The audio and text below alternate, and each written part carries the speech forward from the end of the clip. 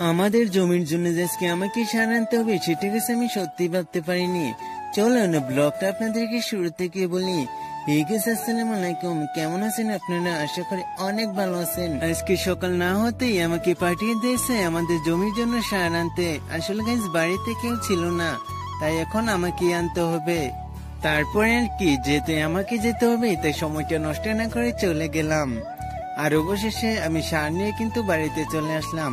আর আমার অবস্থাটা দেখুন, মানে কি বা বলবো, এরকম রোদের মধ্যে কাজ করা কিন্তু অত সহজ নয়। আর এরকম গরমের মাঝে যদি আমাদের কাছ থেকে একটা ডাবি খেতে না পারি, তাহলে আমার মনে হয় না আমার সারাদিনটা আজকে কাটবে। তারপরে আমাদের কাছ থেকে একটা ডাব পেরে কাটাকাটি শুরু করে দিলাম। আর আপনারা যে সারগুলা দেখতে পাচ্ছেন, এই সারগুলা কিন্তু আমাদের এই জমিতে বোনা হবে। আর আপনারা তো অনেকেই জানেন, যদি জমিতে সারই না বোনা হয় তাহলে সেই জমিটা কখনো হবে না, যার জন্য জমিতে সার বুনতে হয়। আর হ্যাঁ গাইস, ব্লগটা কিন্তু আজকে এই পর্যন্ত ছিল। কেমন হয়েছে কমেন্টে জানাতে কিন্তু একদমই ভুলবেন না। আর যদি আপনি আমার ফেসবুক পেজে নতুন হয়ে থাকুন তাহলে প্লিজ একটা ফলো করে দিবেন। আর যদি ইউটিউব চ্যানেলে দেখে থাকুন তাহলে প্লিজ একটা সাবস্ক্রাইব করে দিয়ে আমাদের পাশে থাকবেন। ভালো থাকবেন সবাই, নিজের খেয়াল রাখবেন। দেখা হবে আপনাদের সাথে একটা নেক্সট ব্লগে।